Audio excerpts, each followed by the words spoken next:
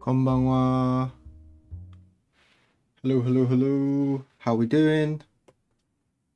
Ad break ends in 30 seconds. I came in at the wrong time there. How are we doing? Let me just sort out this music situation. Very good.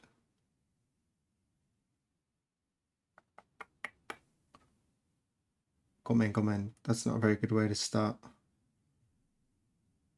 Oh, what's going on?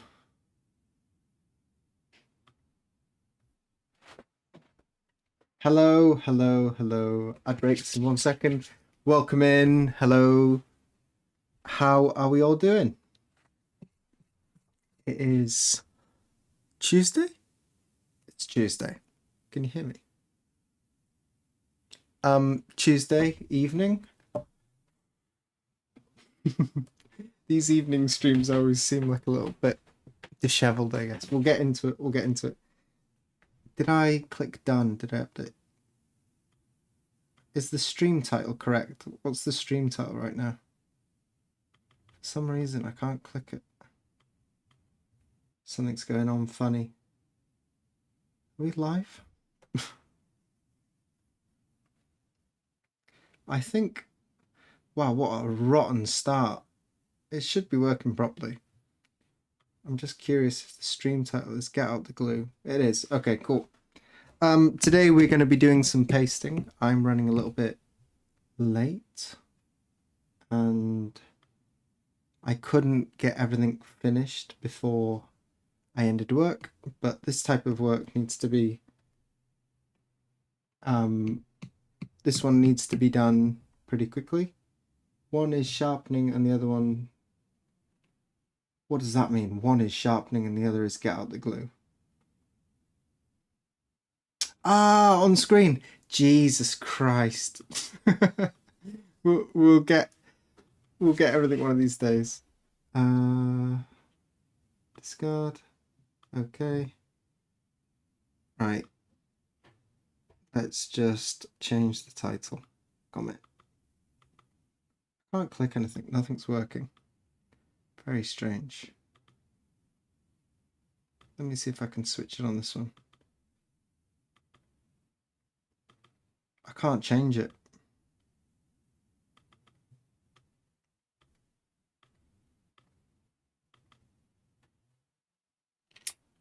So frustrating. We might just have to make that invisible. The button's not changing. I can't, it's not popping up to...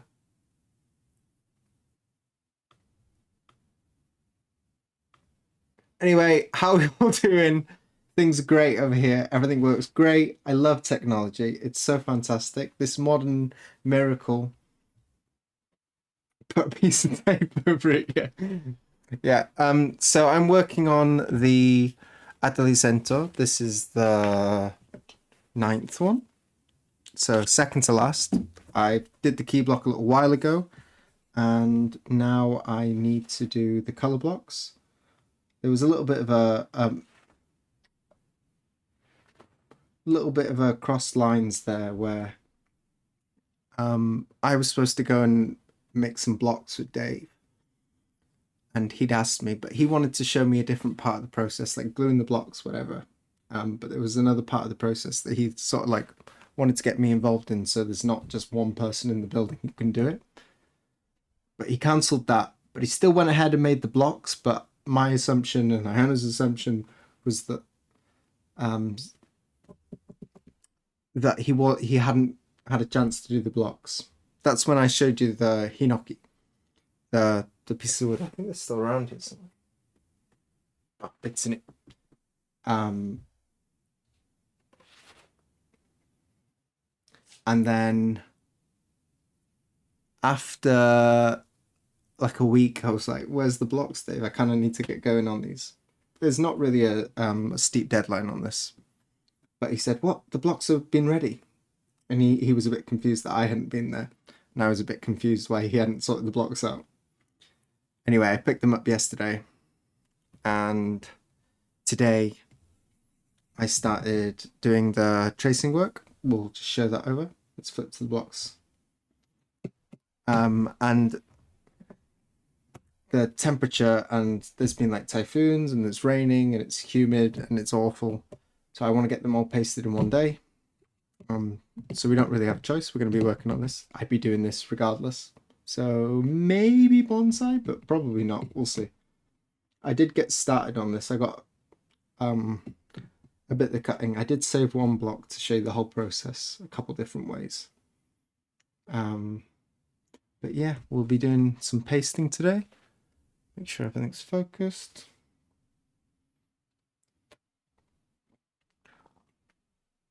And who we got here? Anything anyone said?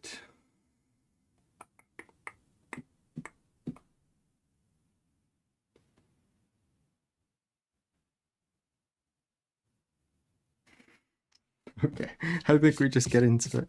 You guys have seen the design, right? I have a little hunch too. This is the design we're working on. I didn't really know, I'm not really sure how much I'm allowed to show you, but it's the work has to be done, and tonight is a stream night, so you're going to be seeing it. You can put the picture together in your own head, see if you can figure out what it is. Welcome in, Babyface. Let's get going. Before we get to pasting down, I do have to finish off the kento. I started cutting some of them. I have 5 blocks here. That's 9 sheets of paper we need to paste down.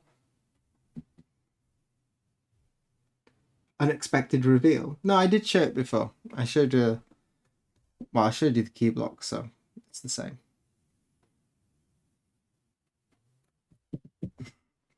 I'm just gonna get going with this. Maybe we should start from the start, so there's like the stream continuity. We have a full thing, start to finish, on how we prepare these blocks. Okay, let's go.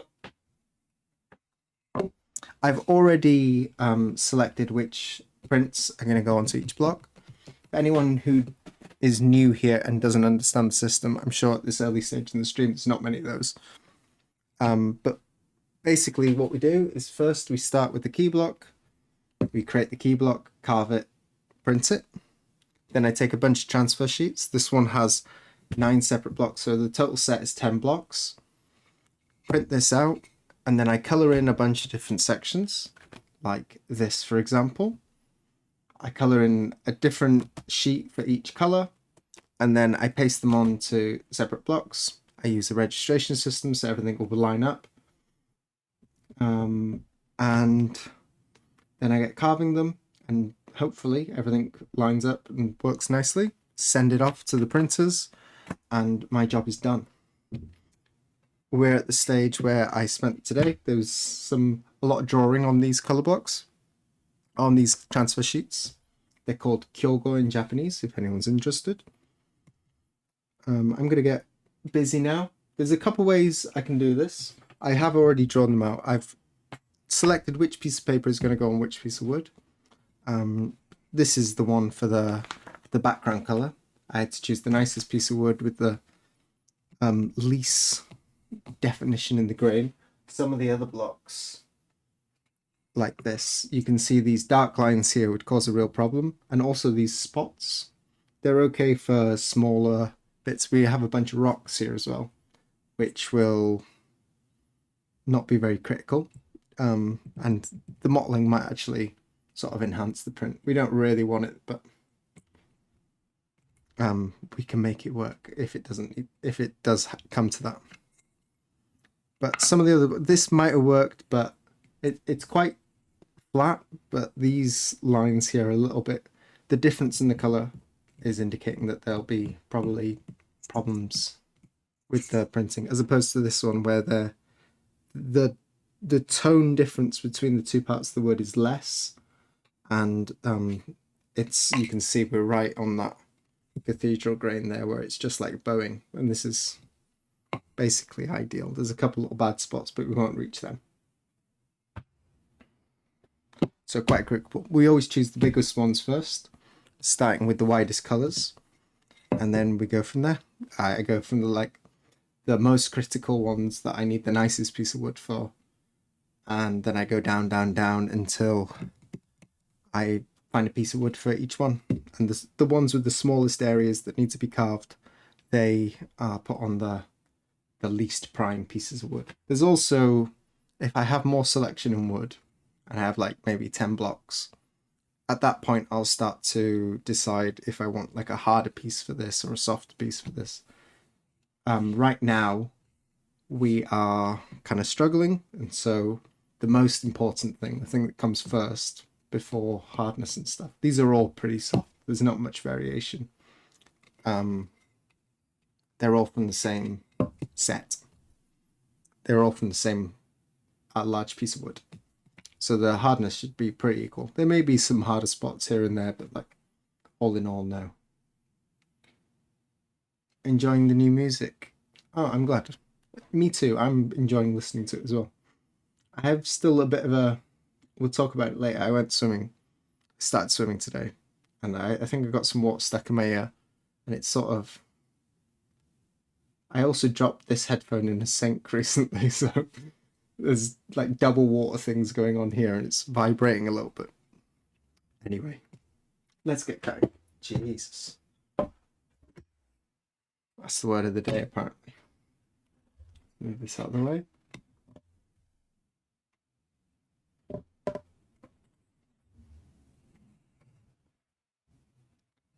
You like my new beard style? Thank you. Yeah, I'm enjoying it. I feel younger, and it's not a midlife crisis.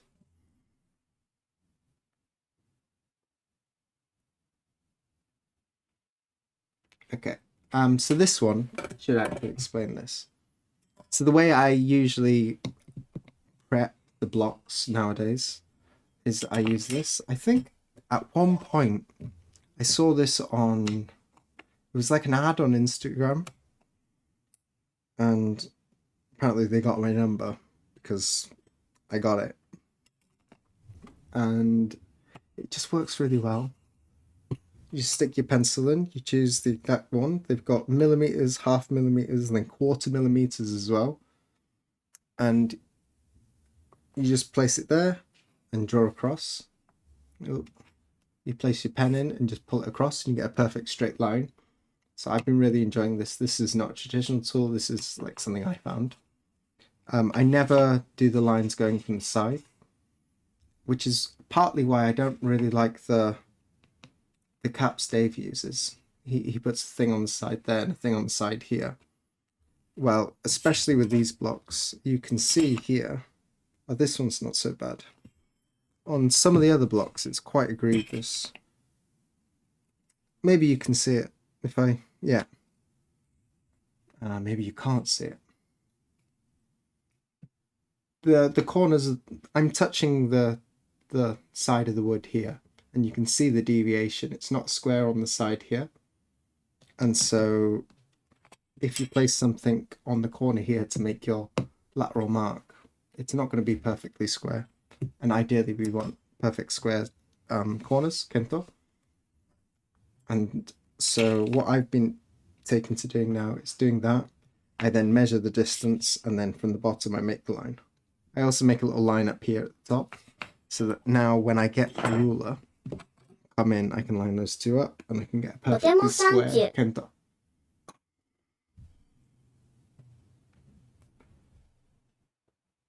I'm in Japanese lamp making production mode, working on a kitchen table, as the shed has been too bloody cold. Too cold? Where are you living in the world? It's summer. Working on Japanese lamps. Are you talking about chochi? Like the paper lanterns? Or maybe the wooden ones that you engrave in to like let light cut through them? I can't remember what they're called. Anyway, let's get cutting, otherwise we'll never get anything done today. These have to be pasted. So I always start with the horizontal lines first. So there's two marks. There's the kagi and the hikitsuke. The hikitsuke is the left mark. And I want these to also be in a parallel line. And that's another thing that doing it this way with a knife and a ruler means that you're guaranteed to get a parallel line as long as you don't move the ruler.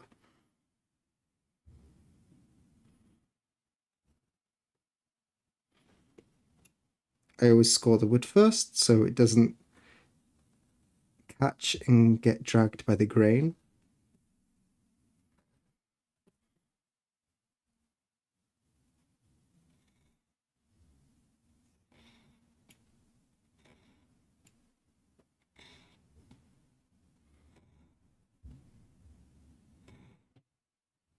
So I do 3 light score marks, and then I do 3 slightly with a bit more pressure to get the right depth. The important thing, if you are doing it with your knife and not using a kento no mi or something like that, is just try and keep it vertical.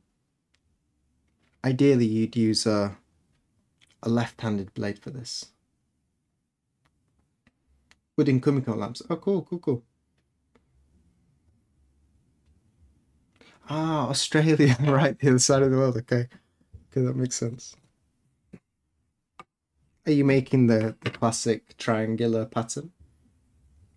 I have been quite interested in that. I think I'd like to do that at some point. But you got quite an investment, I imagine, setting up all your jigs and stuff like that, because you need everything to be perfect, right? They don't look very difficult to make, but it seems like it'd be a little bit of lead time before you can actually just jump in.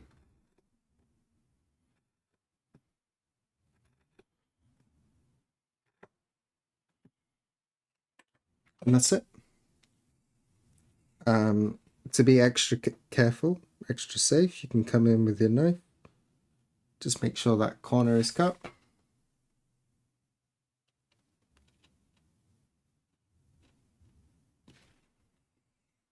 And then from here, I do 2 diagonal lines coming down. Up front here, it's going to be, I don't want these streams to be like lessons, but it's going to be a little bit of, I'm going to explain a couple and then we can just chat about whatever.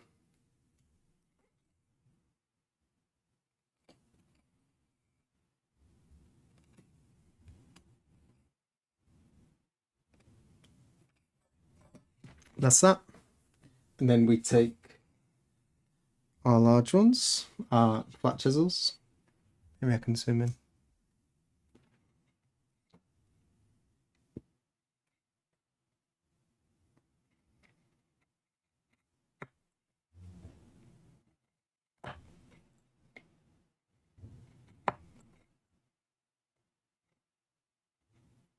This one is nice and easy because the grain's going in the right direction. When it goes the other way, you have to sort of feather it in. Perhaps you'll see it on some of the other ones.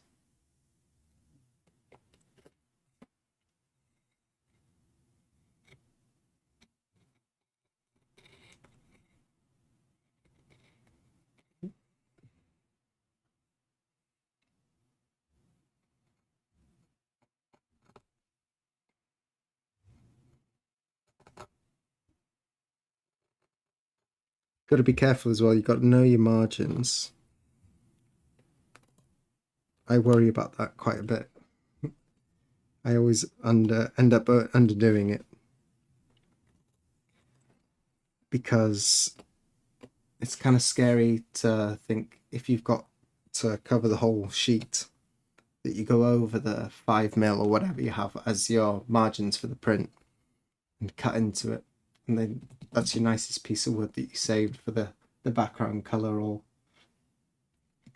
cut into. Yeah, I got some great jigs.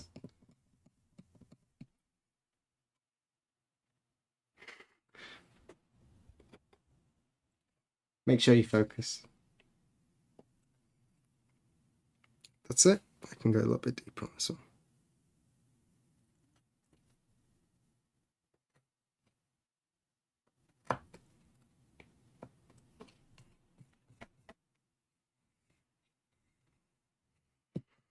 Here's a point. If you're ever clearing any bits that go off the edge of the blocks, going with the grain, you always want to clear from inside the block outwards. But if you're ever clearing against the grain, you always want to go from the outside in. If I was to push this through, come down here, push this through out the back, it would split and run. So you always want to come in from the other side. And you can already see the difference in that. You can see it's shiny, right?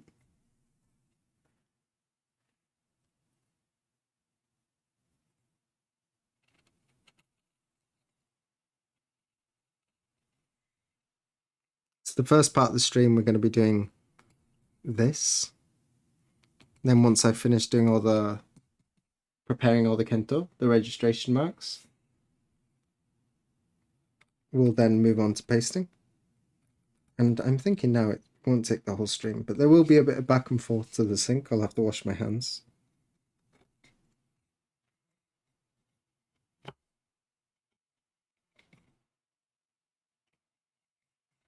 Nice tip. Yeah. It's a handy one. And that's it. The sides here don't really matter so much.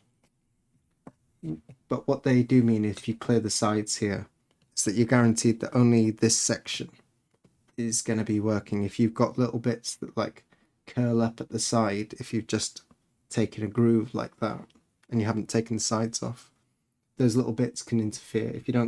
If they catch on the edges where it curves out a little bit, if you just sliced in like that, you have to be really careful to press it right into the middle bit. This is just safer, more accurate.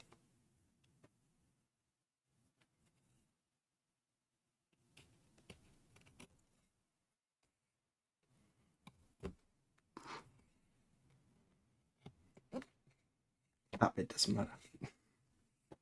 It's just me being finicky.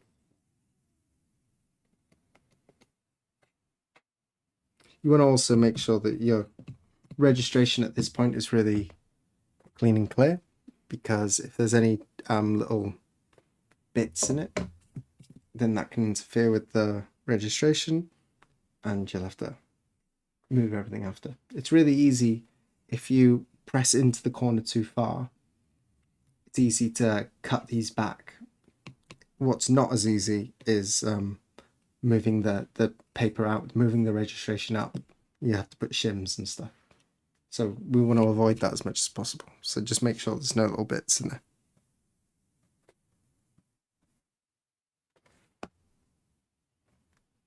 Sorry, this is an update. Let me just get my stream manager up. What happened to the music?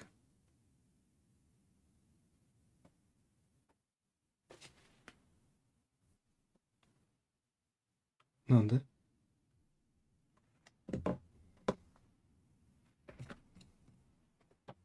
Oh, we got the back. And just before it gets too lectury, I just want to talk about another tool. I use the ruler mostly nowadays, but also there is another way of doing it, and this is the way Askasinsa does it. And I still use this tool on occasion. This is just a little compass, 2 little sharp points. And so what I do is I measure out the desired distance. I want 0.7. Tighten that little bolt up. For these smaller blocks, like my preference is 0.7. It really doesn't matter where I put these registration marks on the block. They could be anywhere in theory. But like 0.7, I like, it's just enough wood here that you can cut it back a lot if you need to, or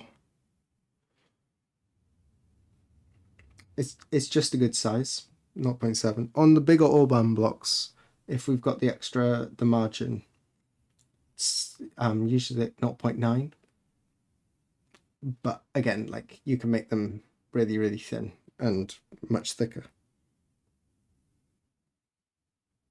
What you'd do is you'd go prick, prick, and prick. So you've got 3 little dots there, 1 in the corner, 1 on the side, 1 on the top, and then come out to the side, prick and prick, and then get your ruler and connect those dots.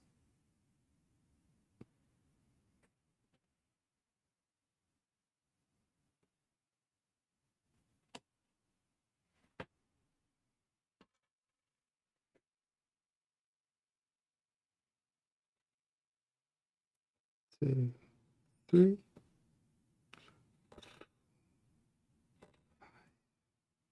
6.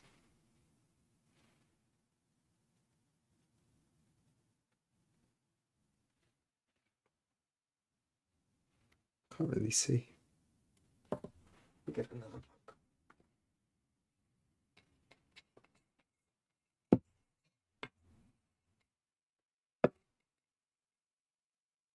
I didn't put any pencil marks here.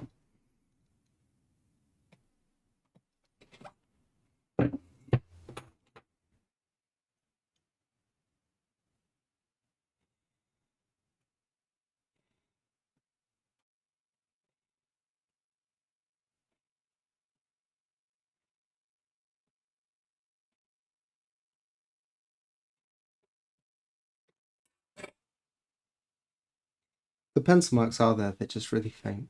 I want to keep the Hikitsuke at the same distance on each block. So that's set by the key block. So what I'm talking about is the distance from the inside of this little L shape to either here or here. I want the distance the same on each of the blocks. Partly because of paper compression. The paper compresses and it can sort of set your registration. This is like really komakai. This is like fine talking now. It could be compress it, or it could just like encourage dirt. If you've got dirt happening in one part, you only want it in that one spot. You don't want to like smatter it all across when it's getting put in different registration marks. You don't watch the VOD. Okay, take it easy.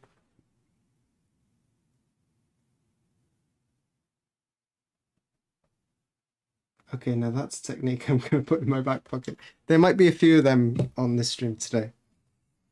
The vibes are not high, but the the information is there. I'm a little bit tired, you know. I started swimming again today. So today was my first time. I signed up over the weekend and I went for my first swimming session. It was going to be yesterday, but I ended up going to Mokankan, so I didn't get a chance to swim yesterday. My plan is to do it on my lunch break.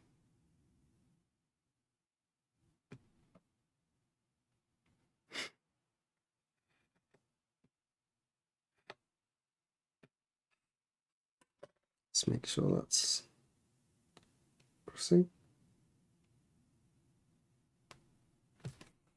Yeah, so I started swimming today, and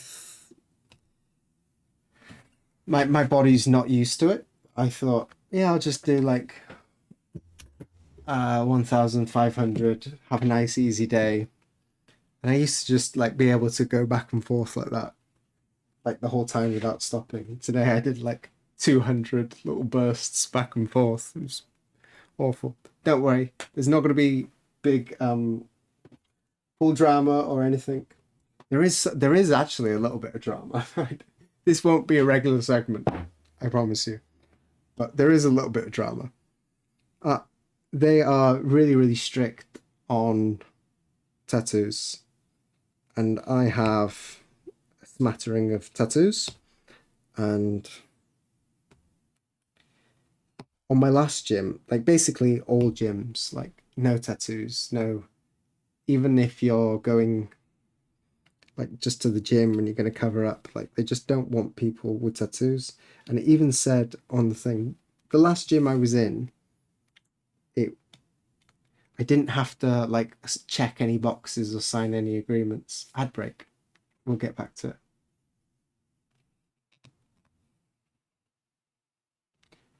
Anyway, yeah, my last pool wasn't very strict on it. They had a rule, but like I just didn't mention it. They didn't ask, so it was fine. But this new gym, it's the only real gym in the area. If there was another one, I'd go to that. But it's the only one in the area, and it's quite a big one. So I'm quite lucky in that regards. But they're kind of strict on a lot of things.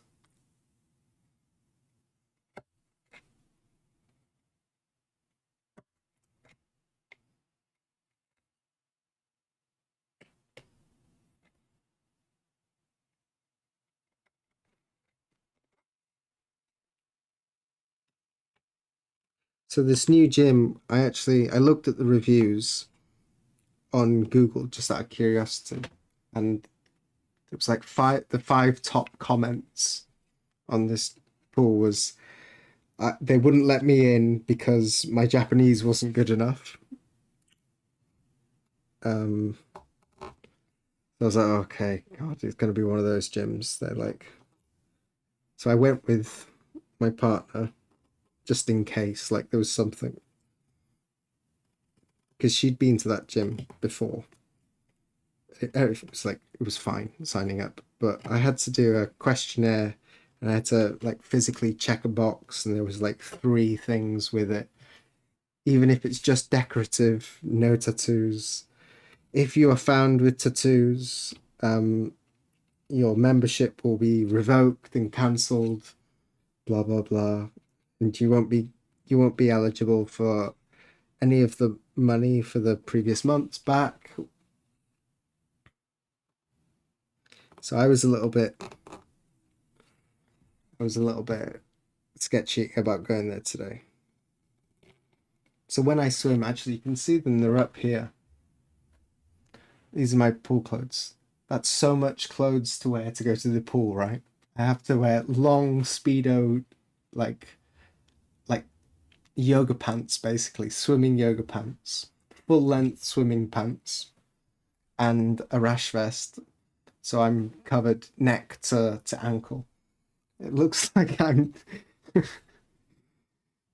is funny. It looks like I'm wearing a wetsuit to go to the pool, or I'm like one of these people that's like super into it.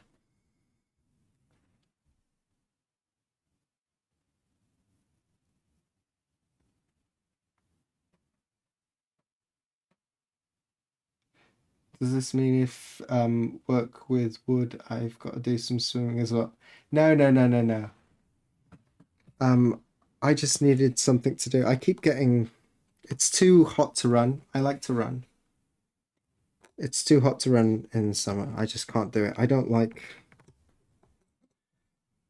well, I run hot anyway. Like I get sweaty in winter, so I'm not really keen on running in the summer. I can do spring, but like in the heat of summer, it's too much. And I'm on a fitness ting right now. I'm trying to get back on it.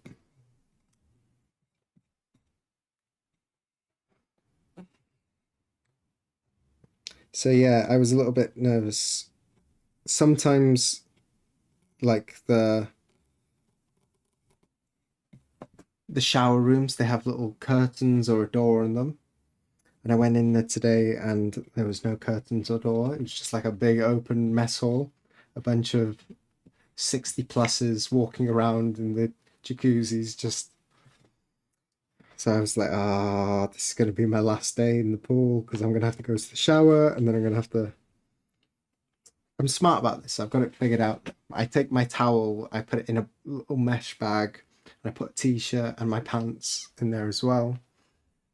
And so I change in the shower usually, and I found one. There are a couple with stalls, but the doors are like they're like little quarter doors. They only cover up to here, and then like it basically just covers the middle section.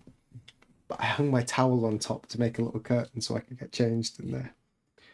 I must look like the most insecure guy, like covering up my shower. Like, don't look at me. I'm putting my t-shirt on and not on my trousers on before I even get out the shower.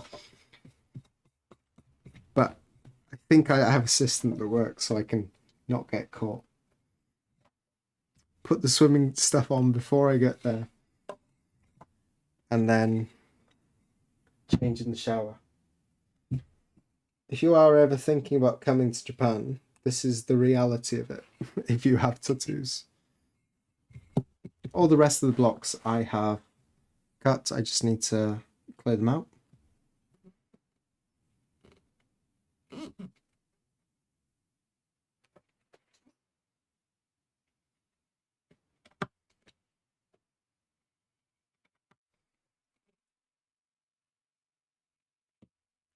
Flyfish, you have a scope too. Expensive?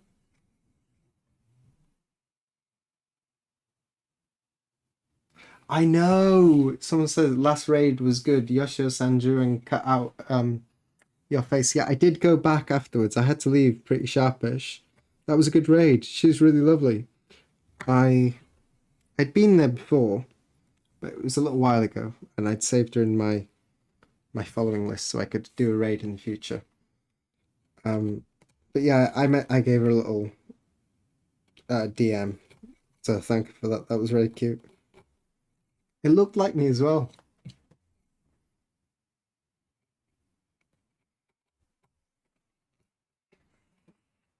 I did take a screenshot, but maybe it's not. I don't have access to it right now.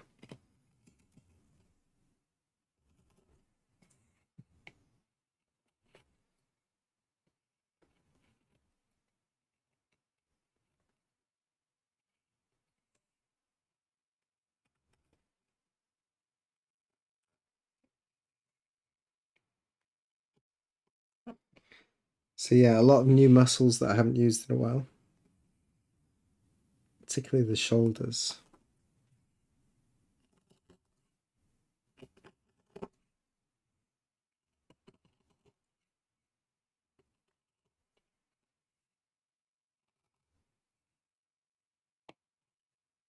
I'm gonna have to get quicker though. Quickly because my last ball was much closer to the house, so I could like pop out on my lunch break, do 2,000 meters, and then come back and like still have enough time to eat during my lunch break. But today I was well over.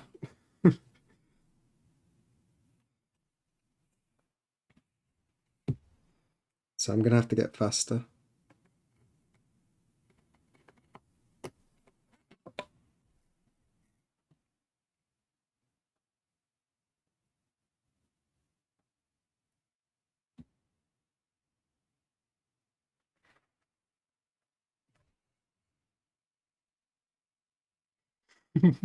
That's the only thing I couldn't cope with while I was in Japan. I don't think Japanese people would be prepared to see my interesting body type. I'm Japanese height, but not Japanese weight.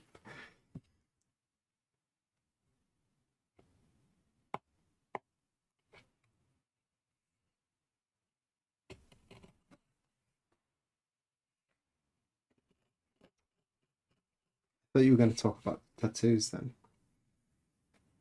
I wasn't expecting that. That block looks like it's from Dave's shop. It's because Dave made it. I'm not really sure. Ah, because the numbers. I was going to say, I'm not really sure how you can tell that a woodblock. It looks, if you told me it was Matsumura without seeing that code.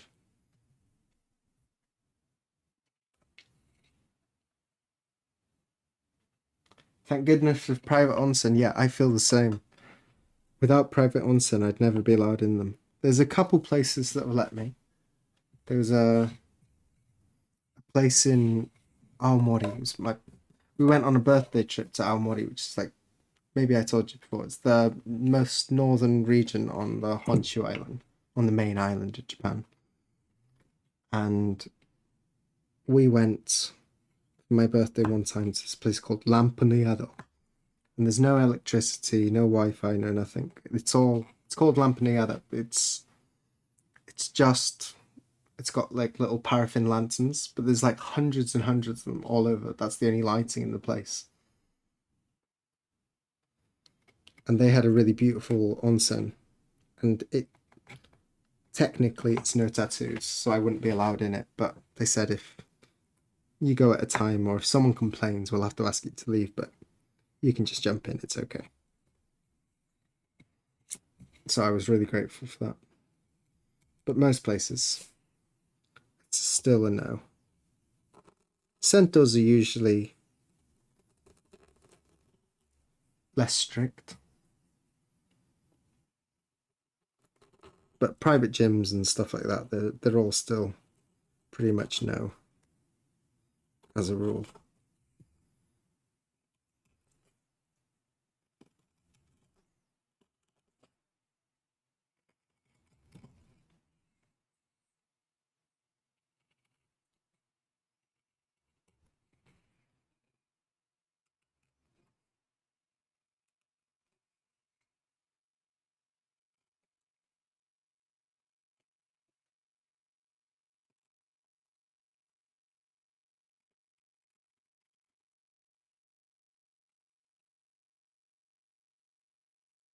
This way of working, have we seen your tattoos?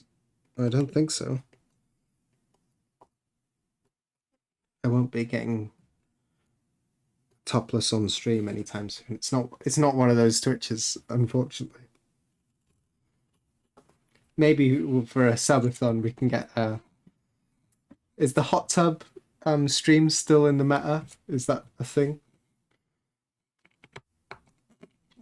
I'll steal one of my son's little paddling pools. That's against TOS. Is it now? Hot tub?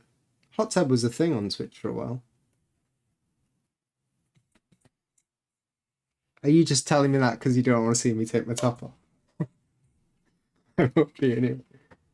Ah, we got the back. No, we done it. That's 2 out of 5. Am I keeping these in order? 1, 2.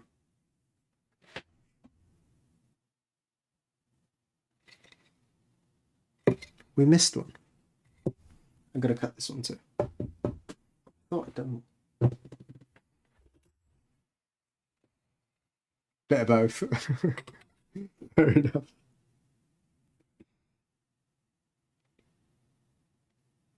With this music going on in the background as well. Some sensual saxophone.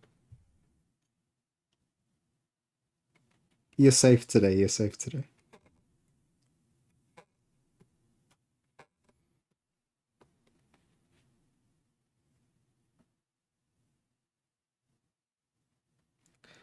Not sure you quite fit the traditional hot tub body type. Excuse you. I think I'd look very nice in a hot tub.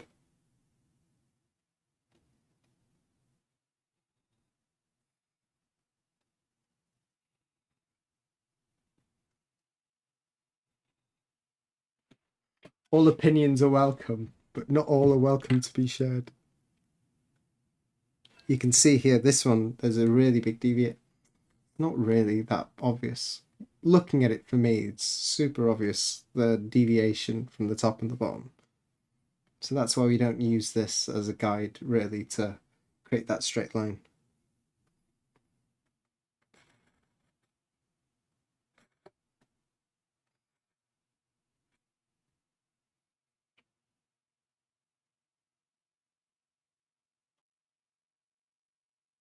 The numbering. Ah, the numbering on the side of the block, yeah.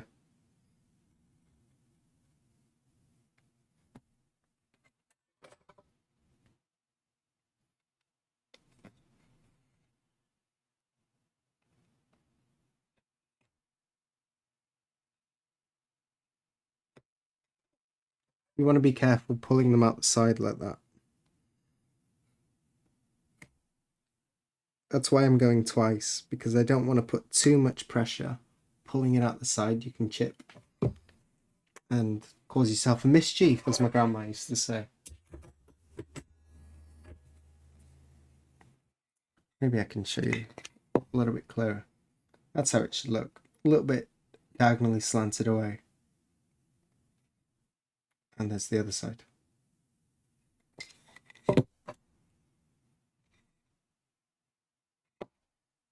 Mm-hmm.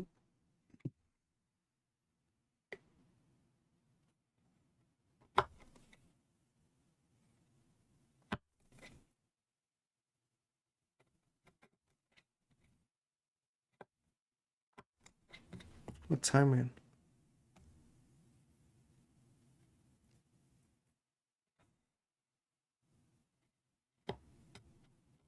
It's already that time. Wow.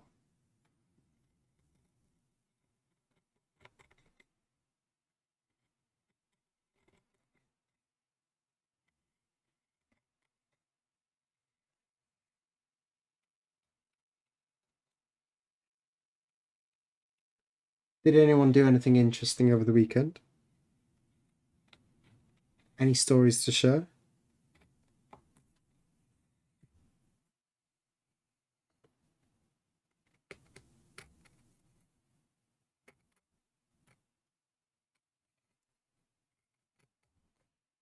We did have the little matsuri at my son's daycare, but it really wasn't very long. They had us in groups. It all went really, really quickly. I think they had like 4 groups. So we were only in there for like an hour and a half. And they'd made a little mikoshi, you know, the shrine things they carry on their shoulders. They'd made one of those out of cardboard, but it was like really quite impressive. They did a good job on it. And then they had like lots of little summertime games. He doesn't really like loud noises. Yeah, I'm not sure how much fun he had. He enjoyed it. He got some stuff.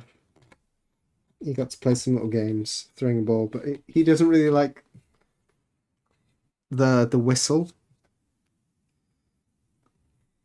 So apparently they'd been like practicing their little dance and stuff, and he loves dancing.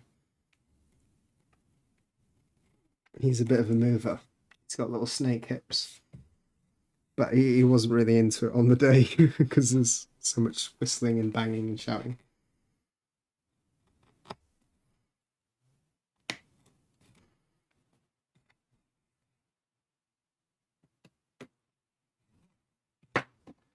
We had a little bike ride after that. Went to a nice little coffee shop.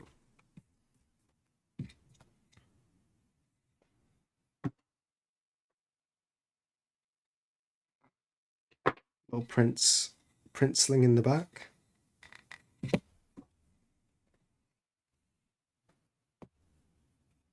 Why is my phone turning off? Strange.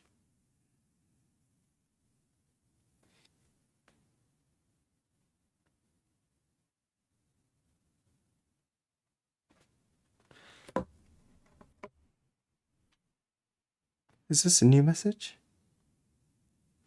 Sorry, I missed this one. Someone's asking a question here. I wonder, has anyone ever carved a printing block freehand, like without having a stencil or picture to work from? I'm doing a bit of that right now. Like I have a Handster, but the Handster I've been provided is really, really bad. So I'm having to like look at a screen and often go way off the lines on the Handster.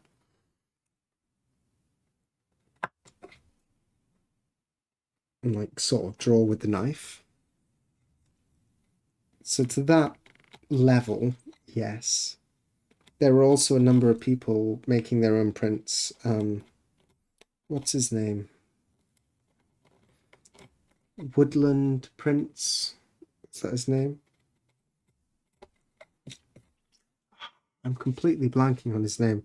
He draws on his blocks with pencil and then sort of freehand carves. Someone will know his name. It's very poor of me.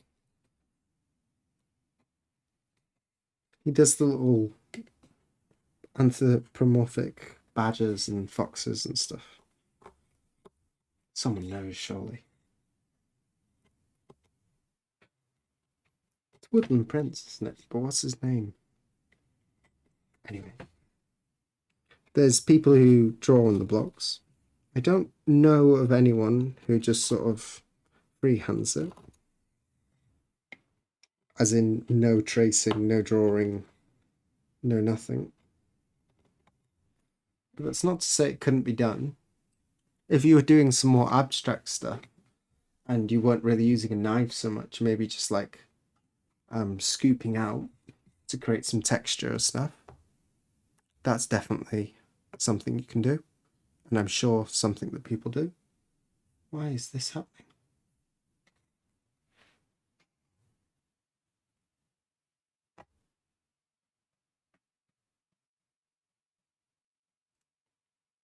Welcome in. Hello, hello.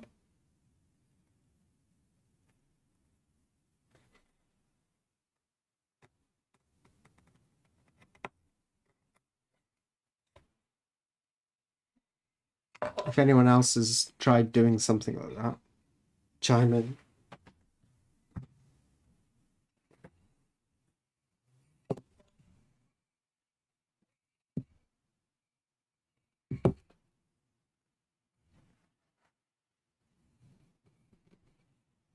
How are you knitting?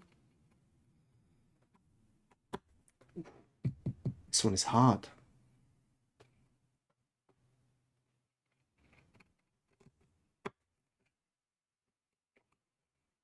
The dark coloration can sometimes be a little bit misleading.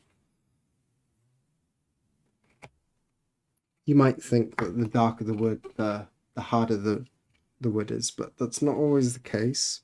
And actually, this sort of brown, often it's like quite soft, and I was expecting this one to be, because I think it's probably from a separate piece. Yeah, there's no code on this one. So this is probably the block that was from not the same as the rest of them. And this one's quite a bit harder. What have I got this one on? It's got to double check that we've not got a massive wide area. Ah, no, we're fine.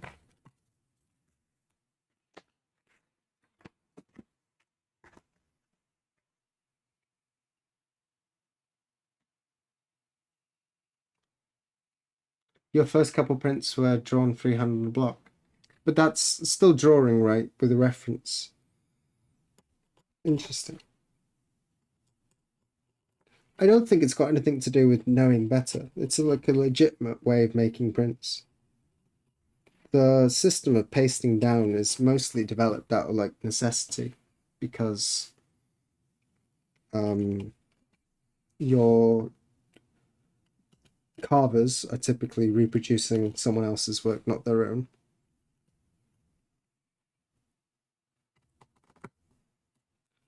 For like my personal personality, I would like to get everything perfect before I stuck it down.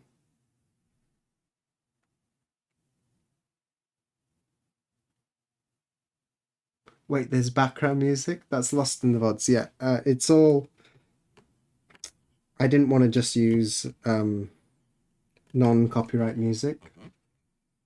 I wanted to use some nice jazzy stuff that I like listening to. So I remove it from the VODs and the playbacks, so I don't get copyright struck. Technically, I think this is still not okay, but no one gets done for this.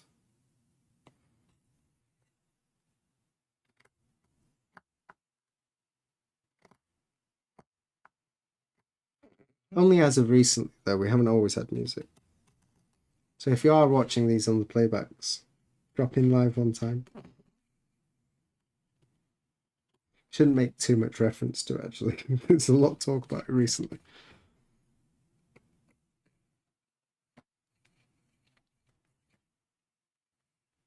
Because I know there's much more people who watch the VODs than watch live.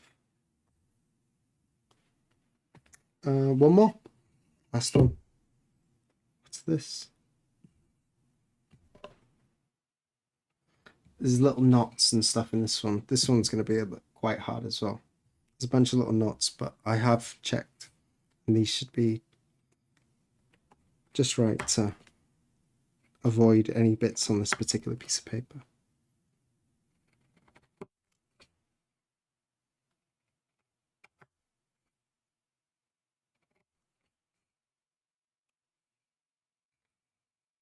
The way I tend to do my work is in stages. And I think, like Dave, for the purpose of streaming, doesn't show this type of stage work. He'll work like this as well. But I thought it might be a good chance for you guys to see the actual, like, full process instead of a stream-friendly version. We're not a massive channel right now. You guys seem entertained enough. If new stream viewers come in, maybe this is not so fun to watch the same thing done like 9 times. And then we're going to do the next process 9 times. But I think it's good the first time at least to sit through and watch up the actual process it's done in reality, not like the abridged version for a stream. But I won't do too much of this in the future because I recognize that it's a little bit repetitive and dull. We're not really doing anything complicated. It's just 3 lines and some clearing.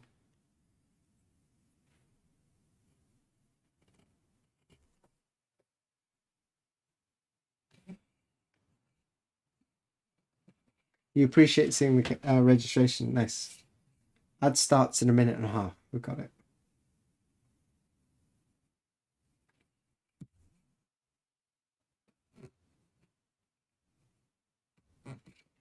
No worries about the VODs. I'm not trying to shame any of the VOD watchers. I really appreciate it. it's difficult finding times that like suits the whole world.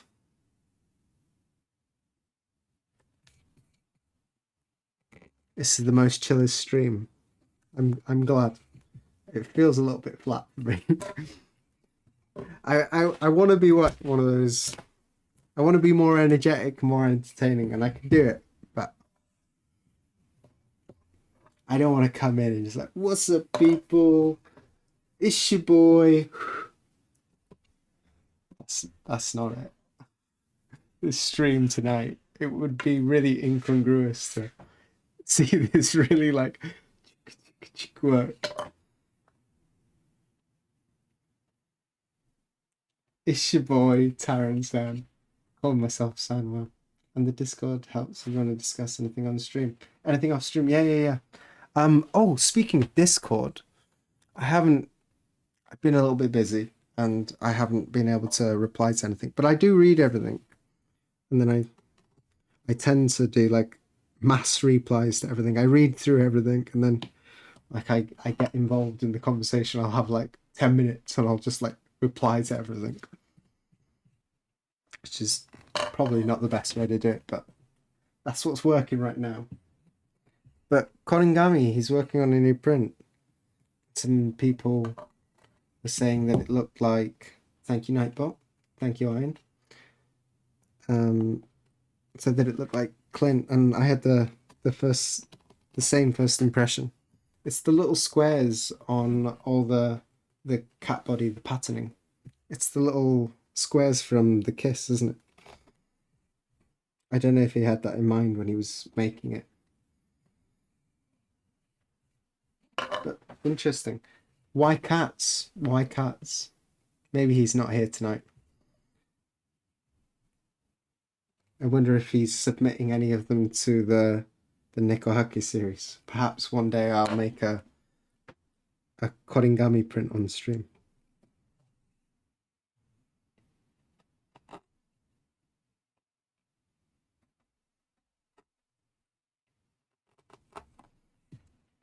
I think stage 1 is done.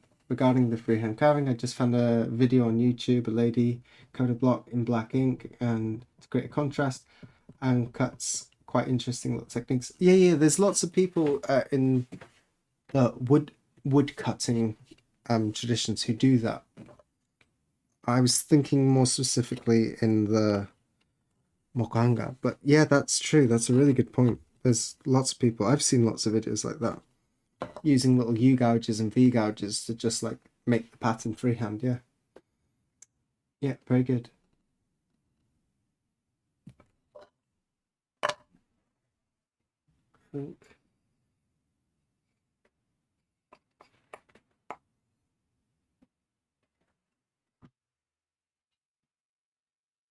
2, 3, 5, 6.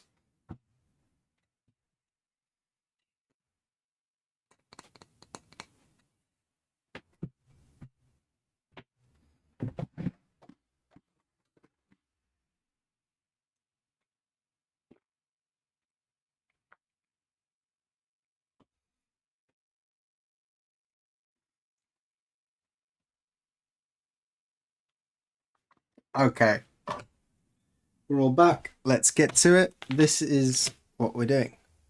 Zoom out a little bit.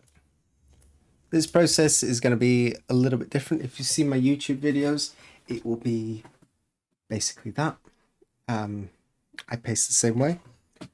I made all these hanshdas. I pasted them first. I printed them first. And this is on a paper called Gampi Awase, or Awase Shigampi. I get this stuff from Woodblock Matsumura. And it's like a really thin layer of Gampi that's made to easily separate away from this backing stuff, which I'm guessing is quite pulpy. Maybe there's some Gampi mixed in, or maybe it's a different mixture. I'm not sure if they use like a single bath to make it, or maybe they're dipping between different baths. But anyway, the back stuff is quite pulpy, and the front stuff is like a really thin sheet Gampi. And so when you peel it off the back, that back stuff comes off quite easy, and then you're left with a nice thin layer. I really like this stuff. It's the same concept as pasting some Gampi on some paper or some card. It's exactly the same concept. It's just I don't have to do any of that busy prep work, which when you're doing this type of stuff all day, that like kind of a lot. Matsumoto Hanshita also. Is Matsumoto Hanshita, is that the same stuff I'm using here? Is that what they're labeling as? I make bulk orders on the phone, so I'm not sure what they're labeling it as on their website. Anyway, so I print that out, then I use a brush. I used that on my first carving attempt. It worked really well. Yeah, I'm a big fan of this stuff. Then I used a brush and some nickel poster color. This is quite good stuff. I used to use an orange, and I realized that it was a little too light when it comes to some of the more orangey woods. Like some of the lines disappear a little bit. When using this though, you do have to be careful with getting too much water on the paper and getting shrinking and swelling. It's not such a big difference on a big deal on these ones. What I do to counter it, because these are quite small, but on a large print you've got to be really careful with the moisture.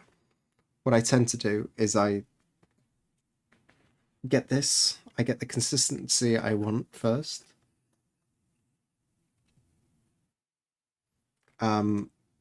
Dip in here, put it here. I add some water into the cap, and I get the consistency I like. And then I brush some off on the side, and then I dab it on my paper before I put it in, and that gives me a really nice, not too watery, so I know that I'm not spreading the paper too much.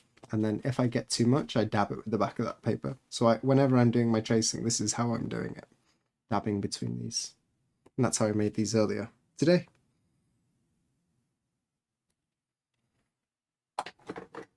If anyone who is interested, just any old poster color. This is stuff I use.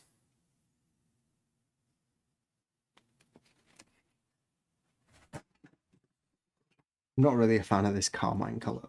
Maybe get a different color. The Gampi I use is so fine. It's kind of tough to get. The peel started sometimes. Whatever did. Peel or no peel, it's fun. This stuff doesn't peel very well. You wouldn't get a very nice peel with this.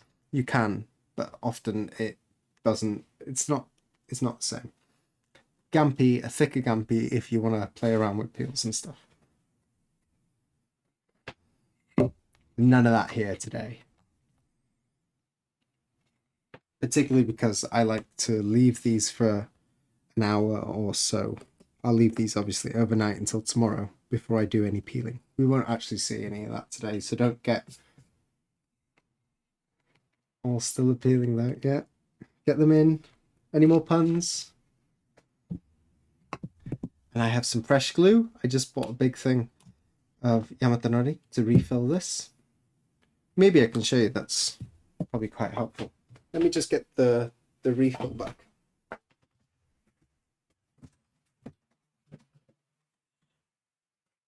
No collapse, no collapse, no collapse. This is the glue I use. 4 kg of it. Where's the puns? Anyone got any glue puns? Come on, come on, come on. Are you too slow? This is the glue I use anyway. This is Yamatanori. And there's a bunch of different types. There's like a kid's one, which is a little bit weaker.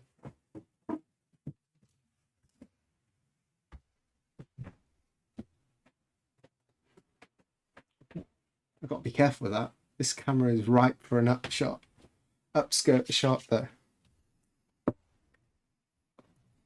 I'm going to be using this, and I will also use a little bit of wood glue. This is just any old cheap, weak wood glue. That's worth a couple lifetimes. I go through this stuff. I go through these stuff. I used to buy the tubs but I'd buy like eight tubs at a time, you know, and stock them up. I've moved on. Too much plastic waste.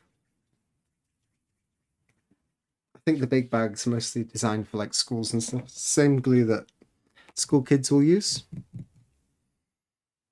Can we see everything? It's set up a little bit. I can't touch this after.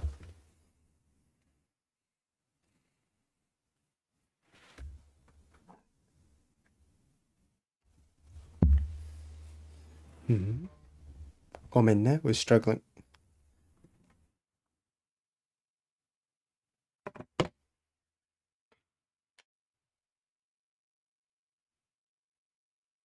Let's go. I've got them in order here. I've got it labeled here. This is number 1. And this sheet is number 1.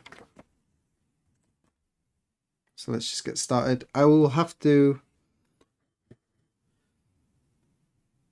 run and wash my hands in between because I don't want to do them all at once. I'm just going to take my time and do them a couple at a time. Betty Boop, yeah. So I'm just adding a touch of wood glue. When I'm doing the key blocks, it's like 70-30, 60-40, somewhere around there. But this is just a dab. I can do this with just this one, but just to head it off at the pass, I don't want any peel-ups because these take a little bit of time to make and it's a pain if they peel up.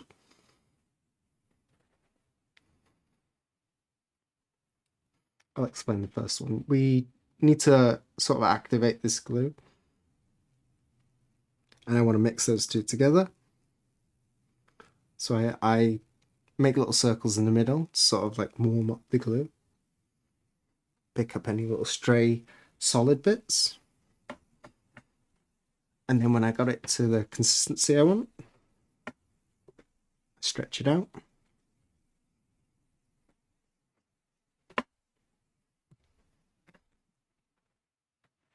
Some tissue.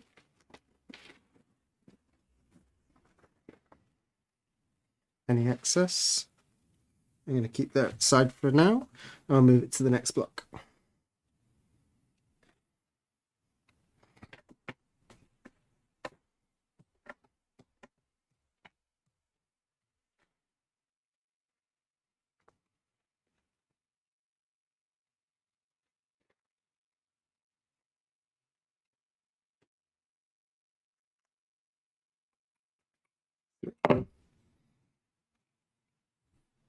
That'll be our next one.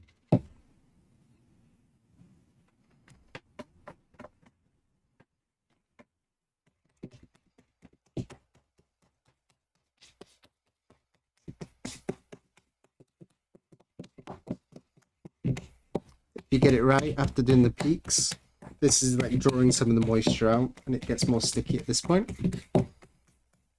And you use the peaks to just sort of create a nice, smooth, even surface. I can focus this without ruining my camera. Can you see that?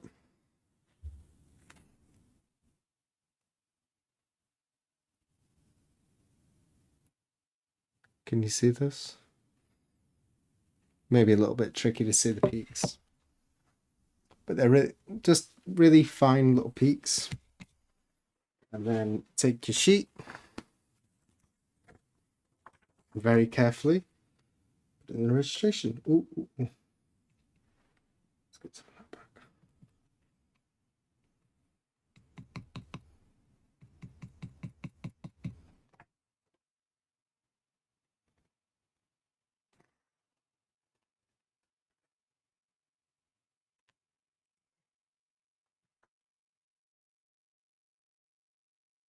Ooh, it shifted a little bit.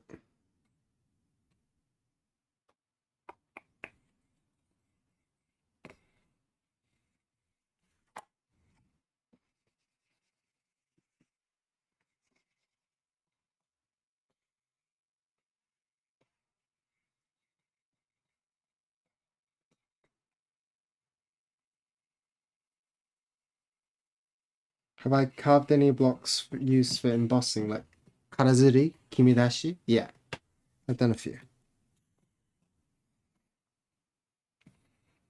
I haven't done any kimidashi actually. Kimidashi is where it comes up out of the paper. Karazuri where it's debossed in, embossing out is kimidashi. So that's that. And what's the time now?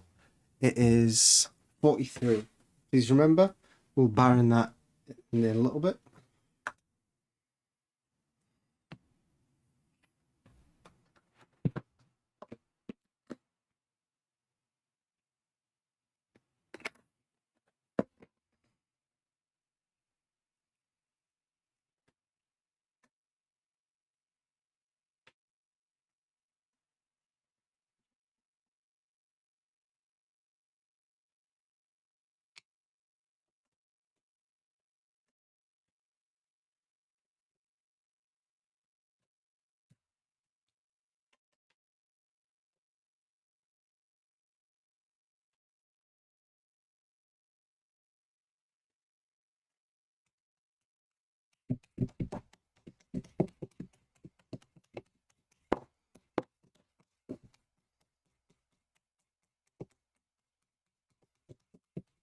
Show and tell in the future. I don't actually have those prints to show you.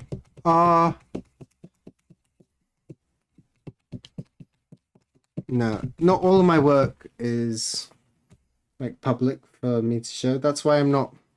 My actual critical work that's like really time sensitive now is work that I can't show you, and I should be working on that tonight. But I'm not really allowed to publicize. So I got some work like that I'm not really allowed to share, which is why my Instagram often goes through moments of dead air for a while.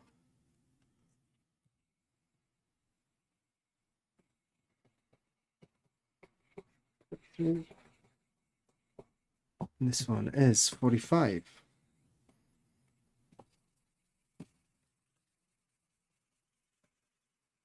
Copy button, copy button.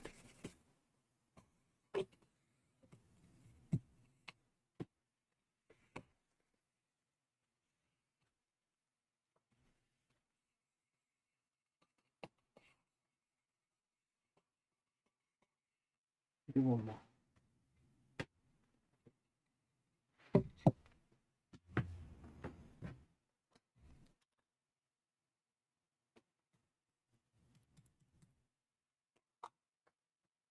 We're out of focus, aren't we?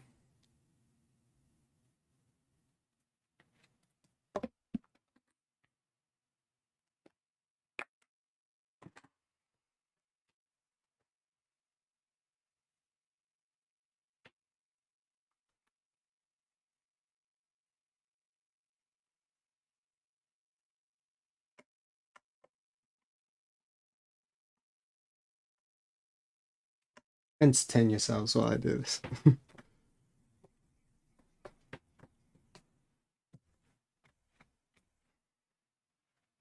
I threw my tissue away.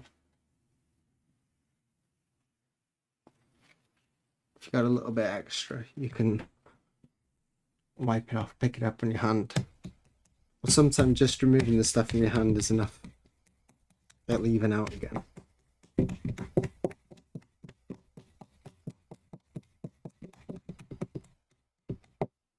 This is number 5.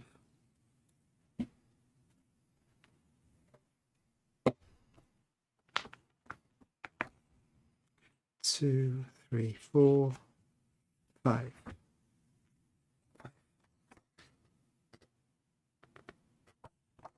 This is green.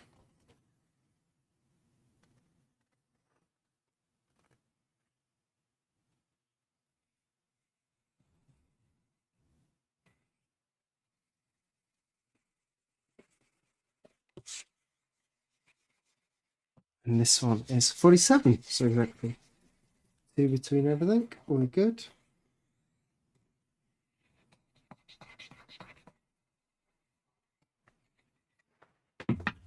Let me just go wash my hand quickly. I'll be right back.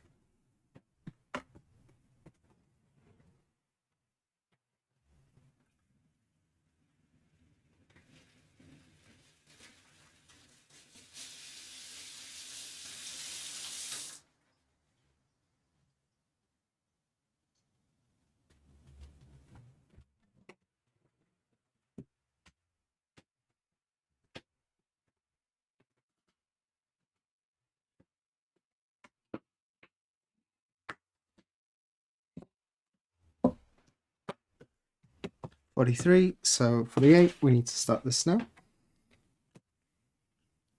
There's not going to be a peel. I'm going to leave them like this.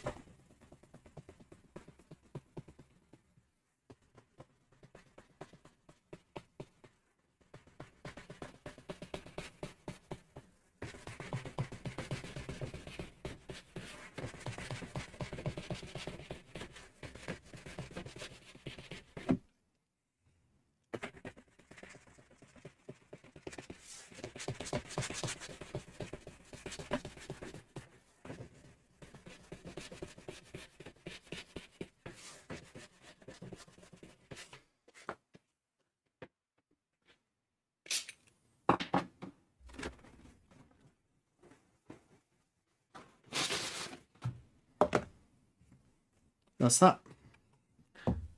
48, 49, 3, 5, about 10. The reason I'm giving a little break in between each one, I'm giving it 5 minutes between each one because I want a little bit of that moisture to dissipate. If you rub it in straight away, you drive that moisture into the paper and it expands. It's really, again, on this size, it's not a deep thing, but it can be a real thing on large prints. So you leave it on color blocks. On the key blocks, it's not critical. If it swells at that stage, it's fine. So you just want to drive it in to get a really nice peel. But on color blocks, you want to wait a couple minutes, something like 5, depending on the temperature. You can go a bit quicker.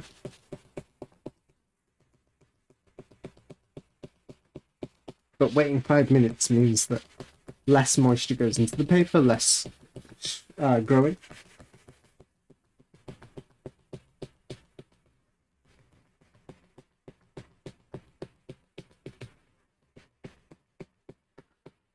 Did you just figure out you have to read the welcome message?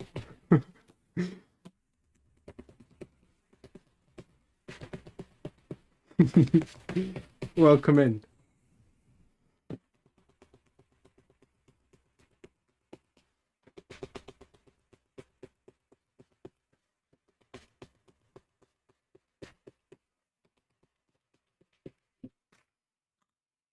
That.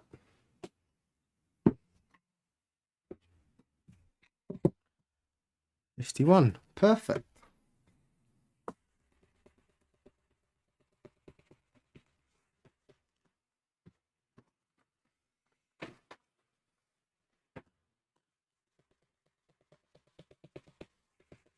I'm also doing the Baron in a very particular way now.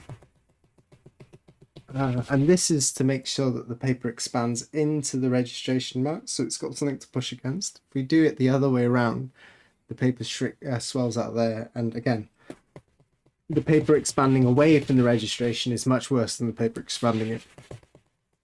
It's more annoying to fix.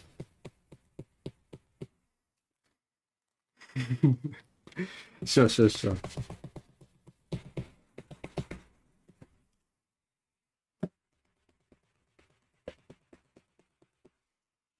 And again, I do the horizontal and then I do the vertical. My Baron for this job is actually, I need a coarse Baron, maybe even one of the rope Barons.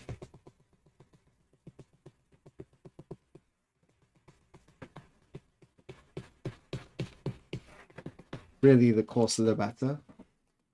This is not strong enough, so I have to really give it the beans.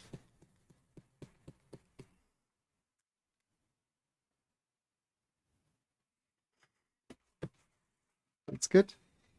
That's done. If I wanted to, we could do a peel. But you can see that this paper doesn't peel as well.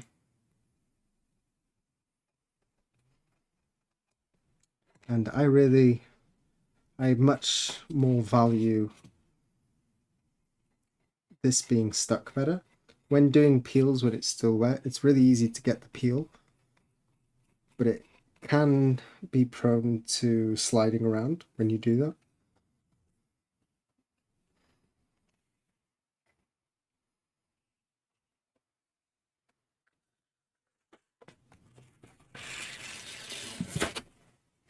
It's not perfect, but you've got what you wanted. We've got a peel. See you, Spiegel.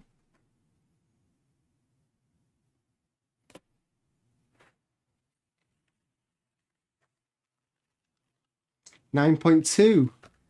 First peel score. It's not bad. It's not bad. We can get thinner, and I will. But like I say, I won't be doing this with the rest.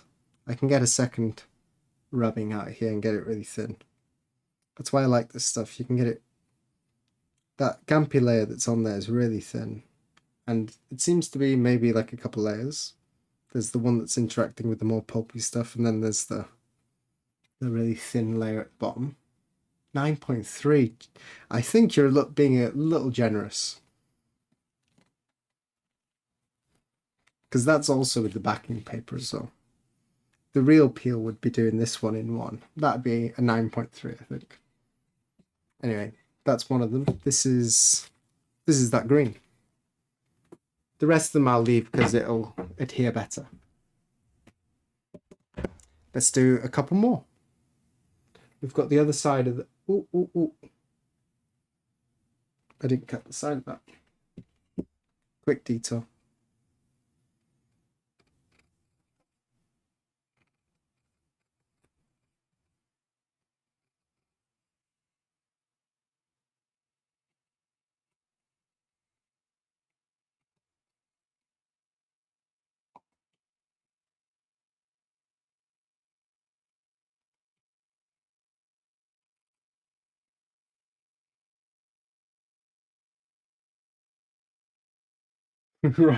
We locked the Russian judge out.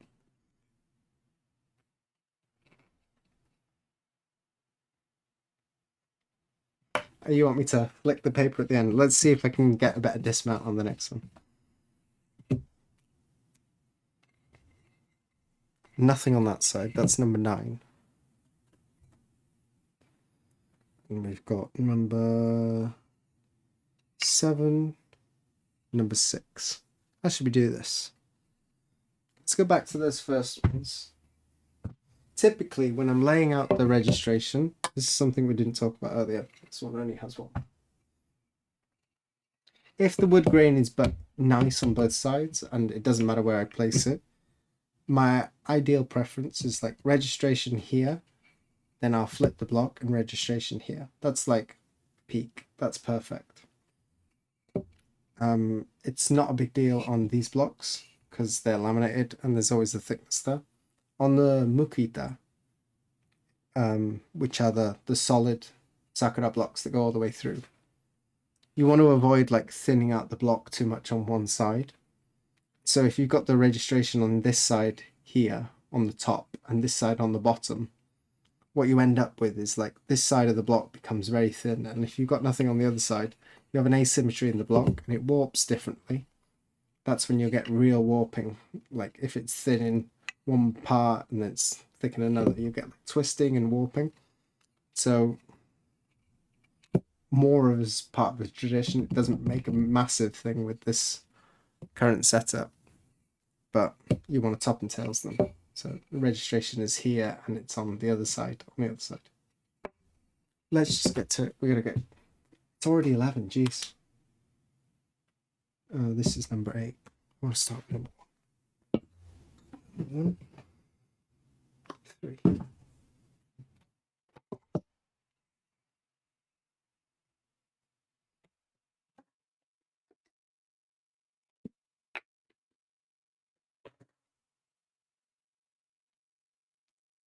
Ad starts in a minute. You've been warned.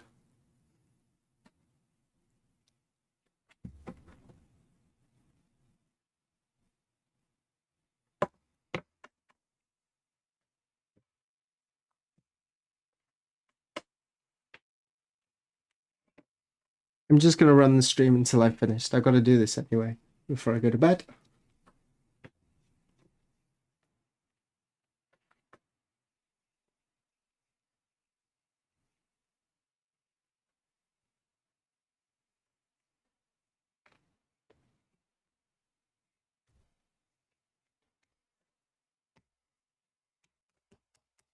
Did you happen to watch Jennifer Worsley's vid where she used a marker blender to transfer the laser printed image to the block? Marker blender? As in like a Copic blender marker?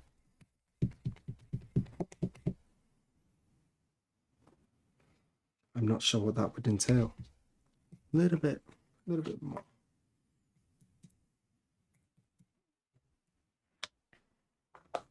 Right, no, I haven't seen that. Please just drop the link in the Discord. I'd love to see.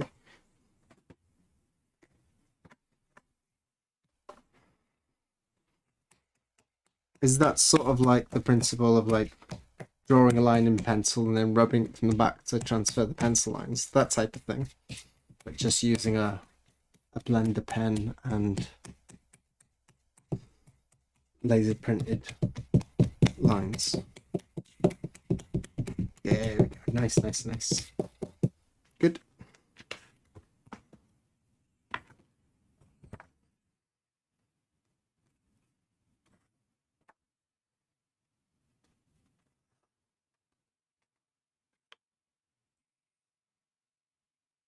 The only thing I don't love about this paper is that it's quite thick and it often curls. It always curls towards the Gampi. And sometimes putting on the block, like the paper is concave like this. I'd much prefer it to go the other way. But that might just be the way I'm storing it. 2,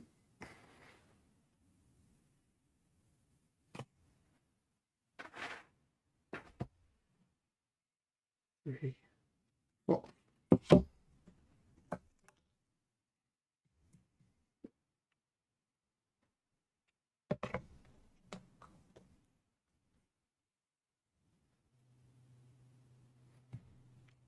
Keeping you company while you're cutting an edge frames, as in carving.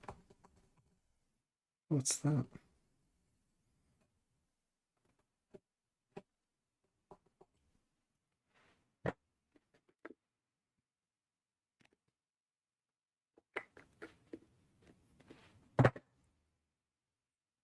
She just lays it down, laser printed face down, taped in place, and went over the finish line with a blender. Nice clear dark lines. I'd be curious how long that stuff would last. Is she using glue as well? Or just pushing? Like straight out the laser printer, still ink wet? I'd be curious to see. My assumption would be, I know nothing about this, but my assumption would be that those lines wouldn't be very stable on the block. And if you had lots of really delicate lines, I think, while cutting, my worry would be that they would be coming off, which is like a carver's worst nightmare.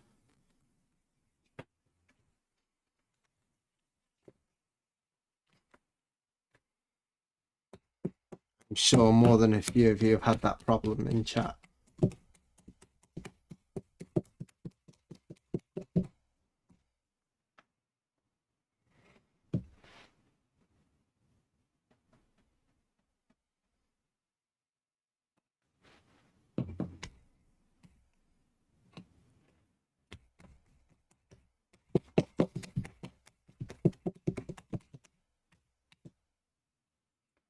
Four, four, four.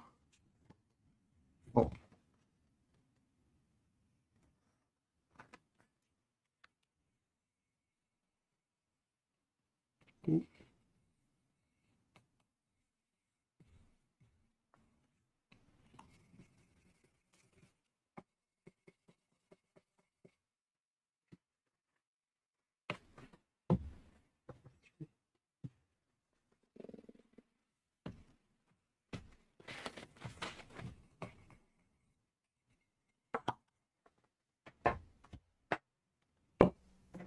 Let's get one more. Wonder how many people are still watching. Probably not that many. It's watching glue dry this. Ooh, too much. It'll be okay.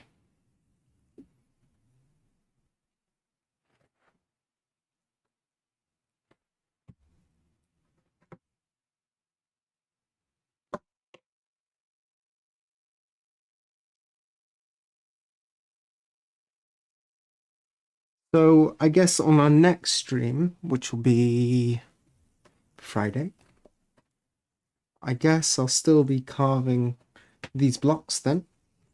So we'll see me carving at least one of these, but probably not any more than that.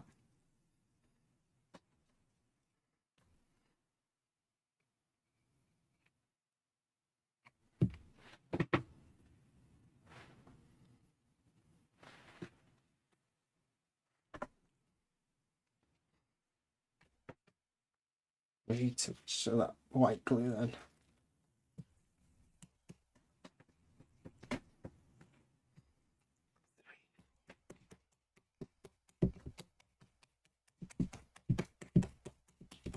This is my third one in this batch, right?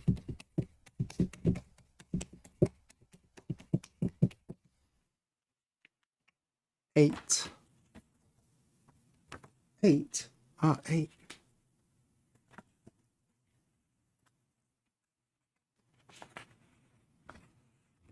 We sure? Seven, yeah.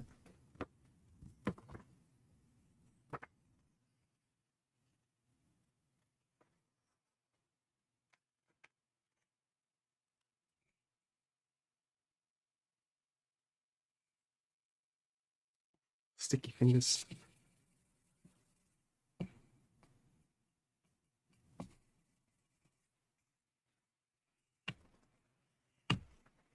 Let me just wash my hands again quickly. Be right back.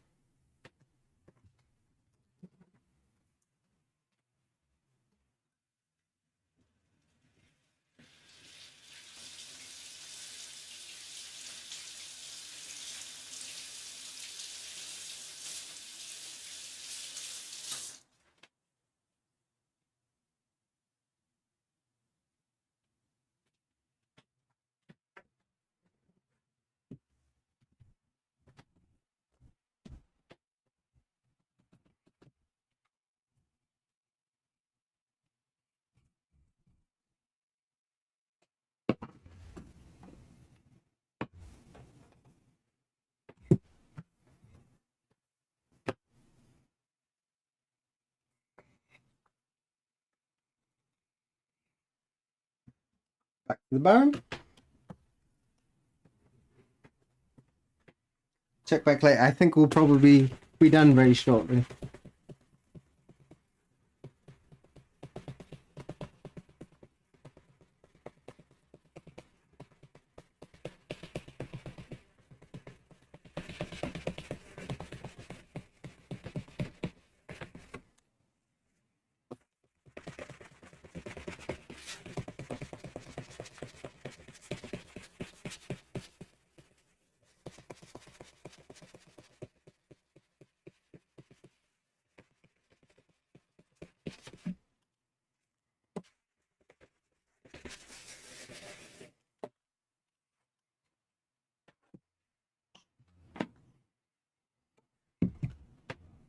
What have we got here?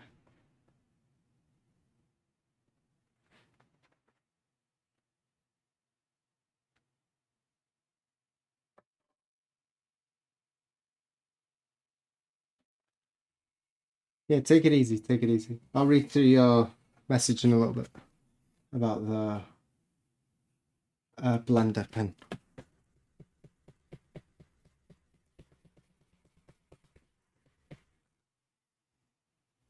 This catch you later. This way I'm baroning.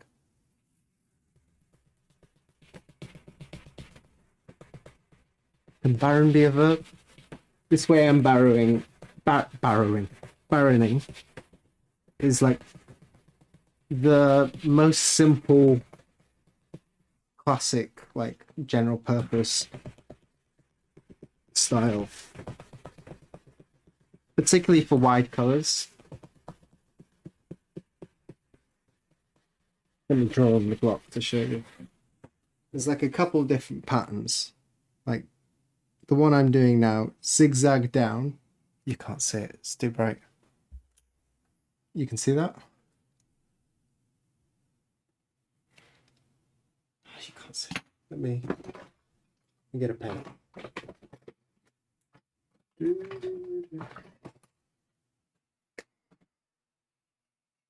You can see that. Zigzag down, shoot up.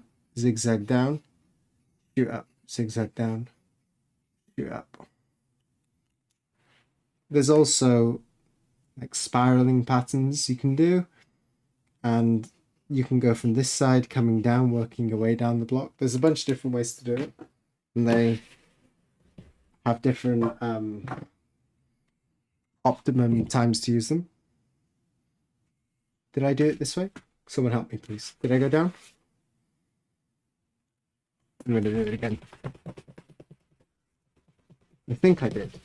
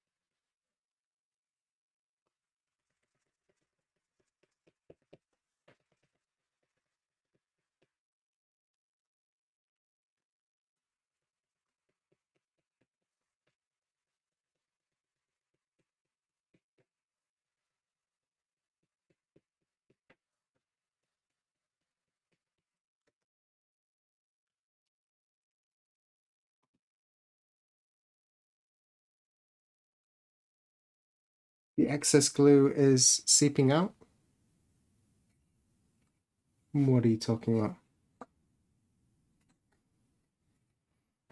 I'm not sure. Which ones are left? I got number 6, 7, and 9. Last round.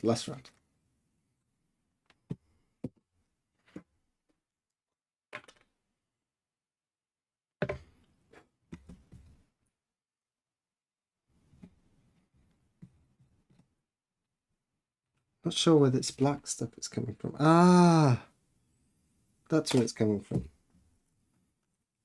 I got a little bit of simmy on my mat there. I keep getting these little black things, and I thought it was like old glue residue or something. I don't want that. Last round. And we can go to bed.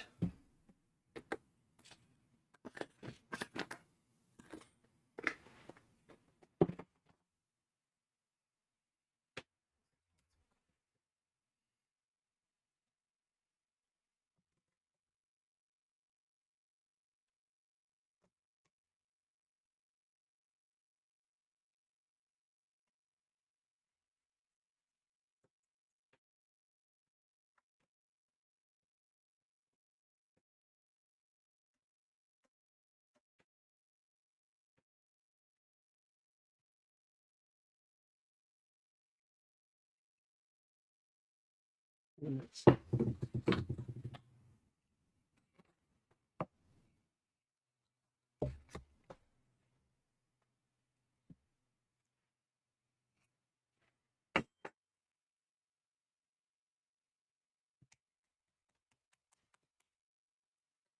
bit too much.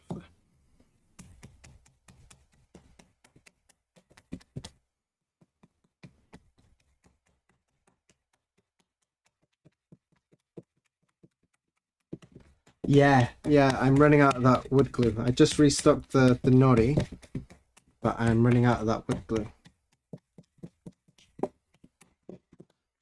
We're okay? 6, 6.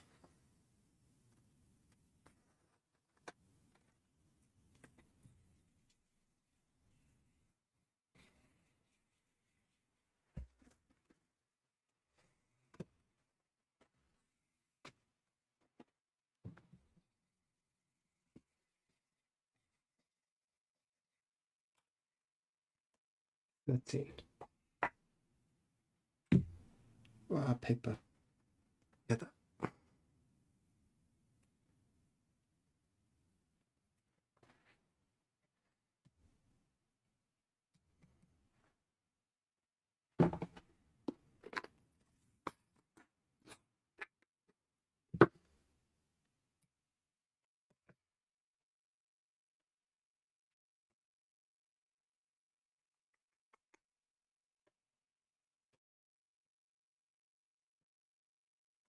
What else do I have to share? There's always something. After stream, I remember something every single stream so far.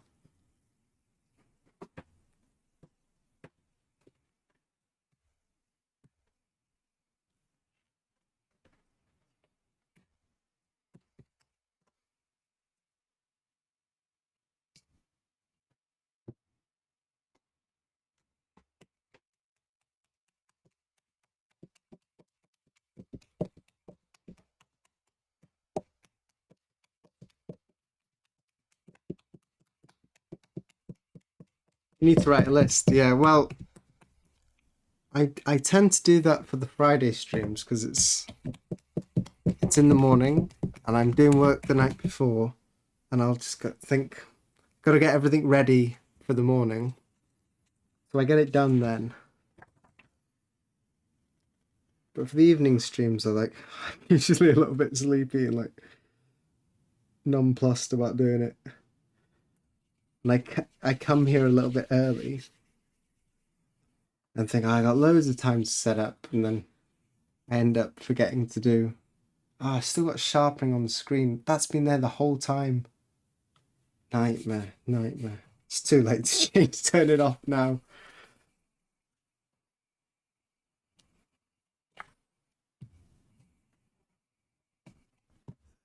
16. That one took a bit longer, that. Last one, last one. Let's get it done. Bow.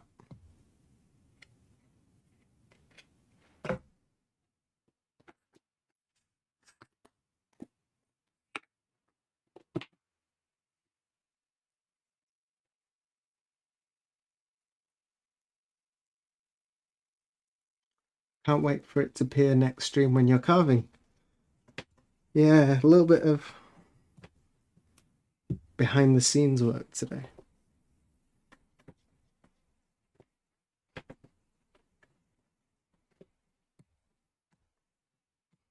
I'll see if I can save an interesting block for you.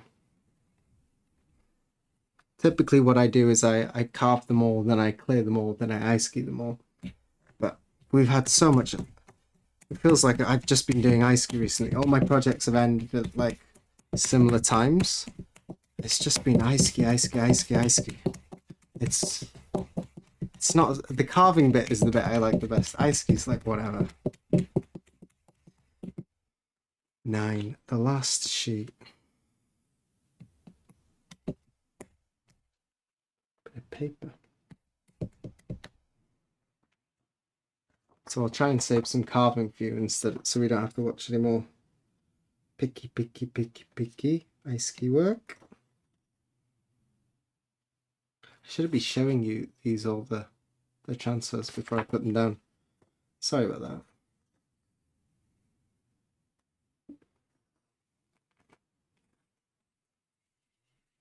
My excuse is that I'm not really supposed to be showing you any of this, I guess.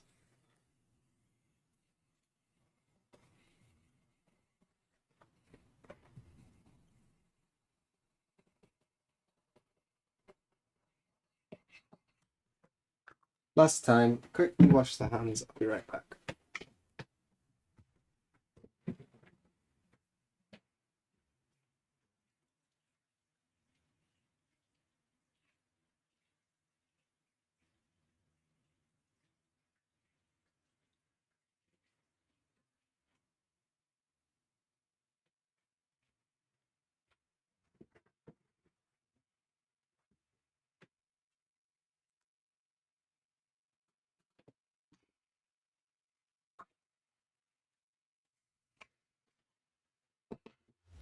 One.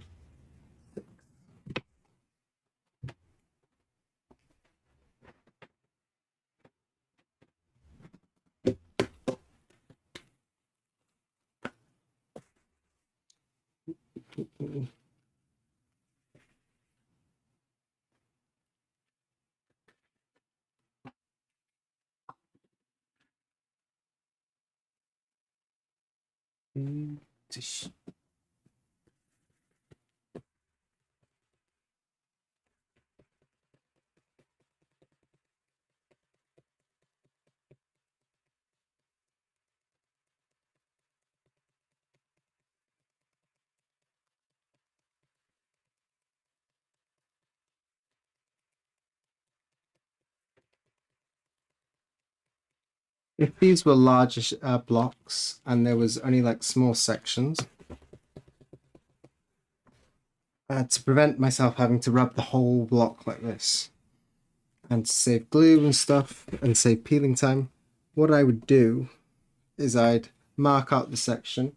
I draw a pencil line around where I'm going to be gluing. I do the same on the block. Put glue just in that section, and I'd rub just in that section. Saves so much time. So if you've got a couple of spaces on a really large block, that's how I do that.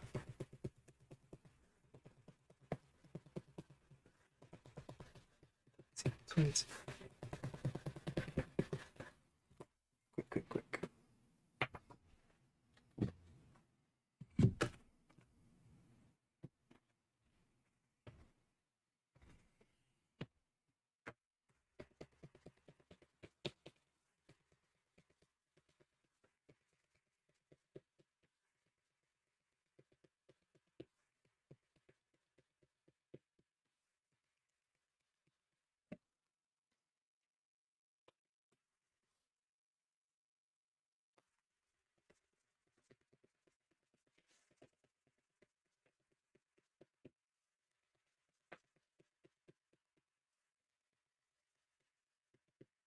This table's ergonomic for carving, but it's really not very ergonomic for printing. Everything's all wrong. I'm having to put like all the muscle in like that.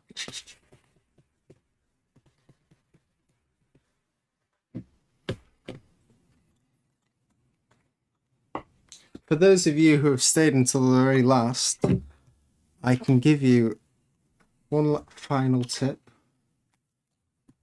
It's how to hold the bone properly. Your fingers go here, they don't go underneath.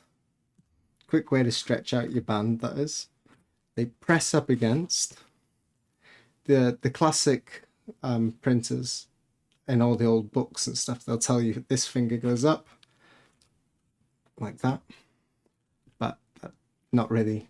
I've watched printers and everyone has like a slightly different grip. Amy Sands is more like this. Fingers go in, don't go underneath, press against it hard. Palm flat. The whole hand should be on it. Palm there, knuckles of the finger. And then when you're putting pressure into the block, it's always side to side. To add color and stuff, to put the deep pressure in, you always go side to side. Or like when you're lazy print, you use that to do more circles and stuff. Not necessarily lazy, that's not. But it's side to side. I see a lot of people holding it with it like this, doing this. The ergonomics for that is all wrong, and you'll cause yourself mischief if you're doing it a lot. But yeah, that like that, flat, side to side.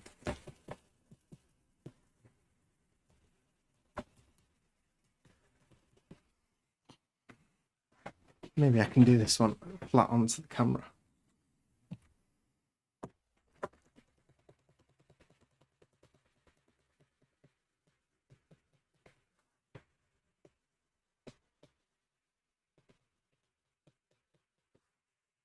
And when you're putting pressure through, it's like a point just here, just between these two metatarsals here.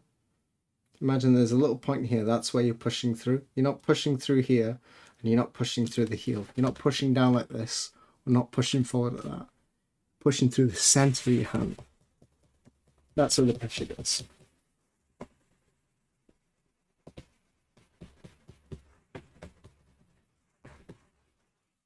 And then after you do, when you're printing, not really for this, when you're printing, you do your sideways motion, and then you smooth everything out. Pressure to put it in, smooth it out. Pressure to put it in, smooth it out. That's like the clinical side of it. Obviously, when you watch printers working, they're like mixing bits, they're going over here, they're going over here, whatever. That comes with experience. You learn the rules before you break them. That's the general rule. I think we are done there. Wow, we've gone massively over time. it's my bedtime. We will see this on Friday. Thanks so much. I had to get this work done anyway. It's been good to do it on stream. I don't know how many people are still here. Still quite a few. Should we see if we...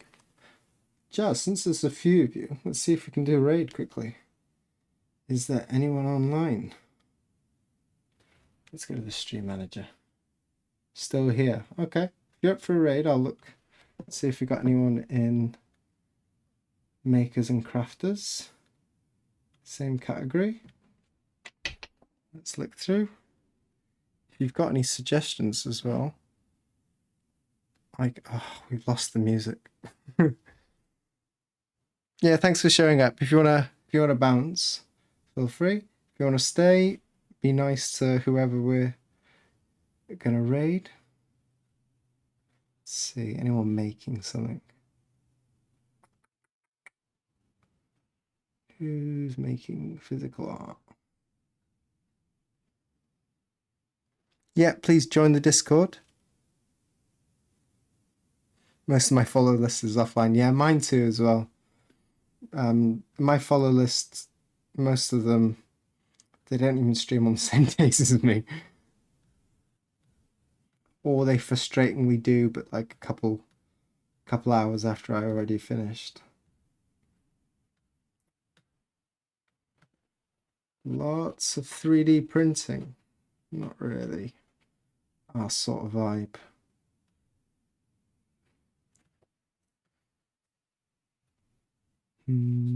Anyone making anything? Carpets? Let's go there. This person seems to be making some carpet art. Let's do that. I don't know this person. I'm sure they're delightful. We're going to throw you over. I hope you all have a very nice evening. Yeah, join, don't join. Go to bed, don't go to bed. You're all grown-ups. We'll see you next time. Peace, peace, peace. Arigatou gozaimasu. Ah, I can do that. No, we can't. Let's just go to bed. Right, catch you later. Bye.